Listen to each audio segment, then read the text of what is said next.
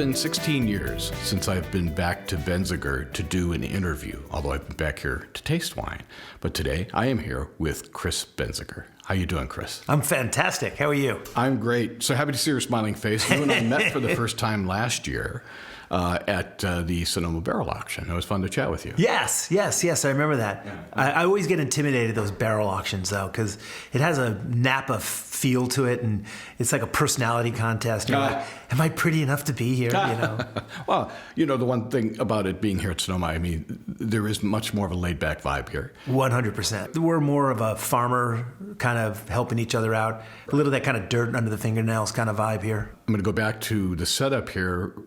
My second interview for the podcast, which goes back 16 and a half years, and first interview in wine country was with a gentleman named Hal McCone. I can't believe I remembered his name. Yeah, you pulling that one out of the hat. That was good. Yeah, it was a great interview. We had a lot of fun, and it was a real pleasure to be here. That was back in 2008.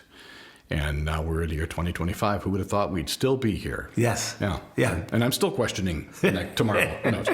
So thanks for being here and being part of the show. When we were chatting before the show began, this particular room, you said this is part of a house that you grew up in. Yeah, this is an old house. It was built in 1860 from one tree, one old growth redwood. Really? Yep. Wow. They built it. It was a little town called Wegnerville, and this was the main house. There was a hotel off to the right. Up to the left, there was a dance hall, a restaurant, a little chapel, and then behind us was the livery, distillery, and winery. What does that go back to? It goes back to the 1860s, and then Prohibition, they locked up the gate, and in 1919, it was abandoned, and it was a ghost town up until 1973. If you come here, you can feel a little bit of a ghostly presence. Yeah. Just because of its feel. I can't describe it. I remember the first time I came here, it was so completely different than anywhere in Sonoma that I've been. There's a really, everybody that walks in there, they go, this place has got this cool vibe. Yeah. It's very chill, very laid back. So you have a guy, you say, that closes doors and goes up and down the so stairs? This house, the story goes that there was some guy that was mortally wounded on the porch here. He was the previous owner looking in on the house when it was abandoned. I guess there were squatters in here or something. And he was killed, and his ghost haunts the hallways and doors here. Because as he was opening the door, he was shot. And so the doors would open and close from time to time. Right, in the action. In the action, kind of reliving those last moments as he passed over, I guess. We used to have this as a guest house, and we actually stopped doing it because people would come up and they'd say, is there something weird with that house? And all that stuff. And and then we got a couple 911 calls about the ghost, believe it or not, that there was a burglar. One person said that they were levitated, but I think that was the wine that did it. Could have been. Yeah. And that's the other thing that's in here is everybody is imbibed. So, you add a little wine, some imagination. You don't know really what's real.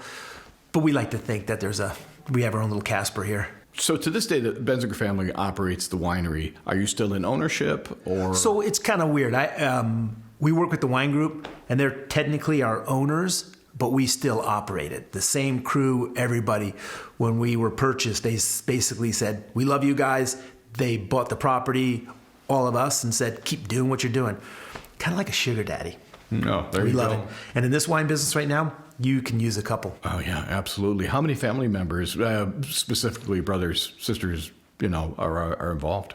So originally, I'm the youngest of 7. Mm-hmm. I got 4 other brothers, 2 sisters. There's 19 nieces and nephews. Oh, my gosh. But all total in the business now, there's probably 6 of us that work every day. That's still a fair amount. It sure is for a family business. And what the coolest part is, it's all the next generation except for me. I'm the last man standing in my generation, but I have my nieces. I got 3 nieces and 3 nephews that work every day here for the business. And one of them, my niece Jamie, is the executive winemaker for Imagery Winery, which is our sister winery.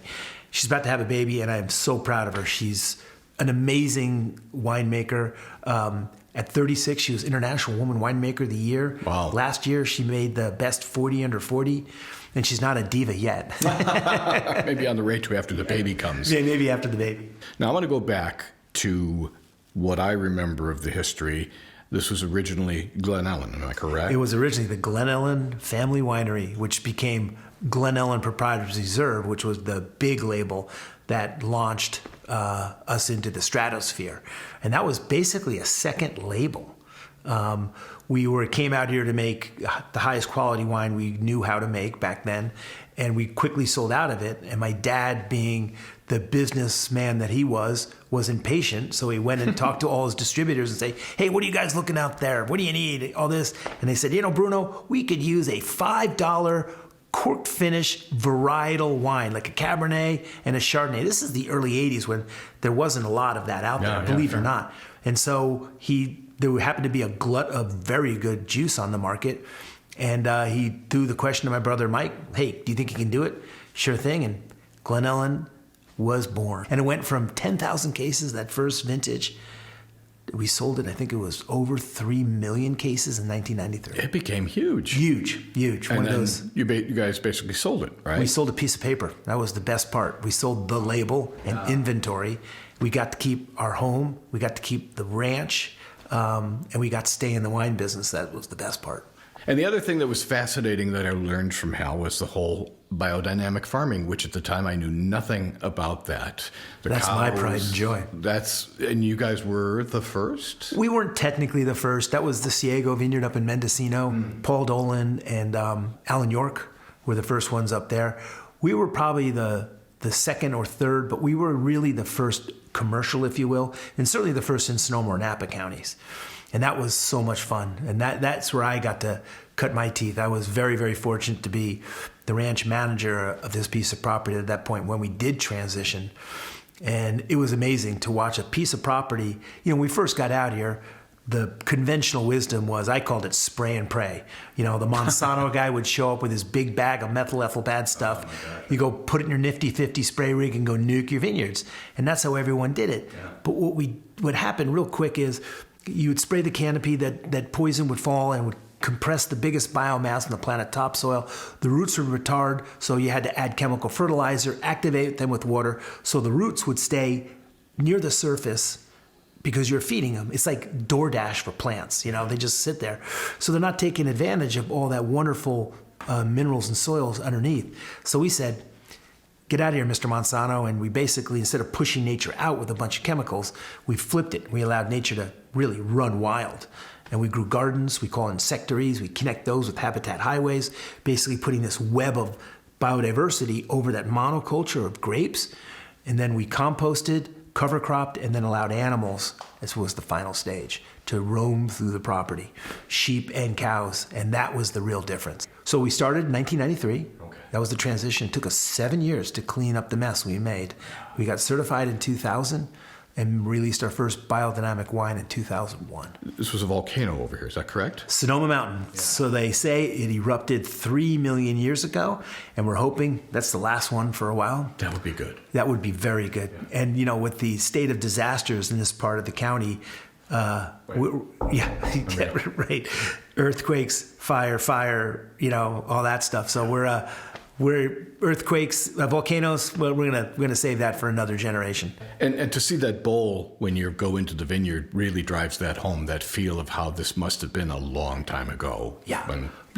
And you can look up there and see that carved out caldera. Right. And the fault lines thereof, and what it created was the most amazing geology. Yeah. We call it our Geological Lasagna. Basalt, red aggregate, welded tufa, obsidian, breccia. This beautiful layer cake of soils, and that's great. And so now that we're not feeding the plant at the surface, we dry farm here. Now the roots have to go down through what they call the subsoil into what they call the regolith, and that's that fractured bedrock. And as they pull those minerals down, they're sending out ladder root hairs that put the minerals up there, giving it this little fingerprint of terroir. It's like a mini zip code, if you will. Really, it's a management system for authenticity, and that's why we do it. Because I'm not trying to make a ton of wine. I'm trying to make some really good wine. For our listeners who like to come here, I'm assuming you're by appointment. We are open 7 days a week, Tuesdays and Wednesdays by appointment only. Oh, that's fair. That's a good deal. Very good. And for our listeners who'd like to learn about you online, what is your website?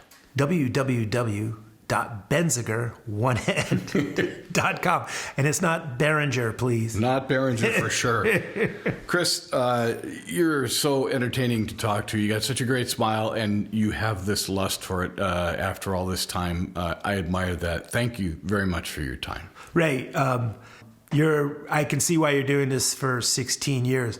First of all, you make it very easy to open up your soul. And you got me to think deep and hard about some of your questions. They were great. And thank you for making me have to, open up rooms of my mind that I had closed for a while.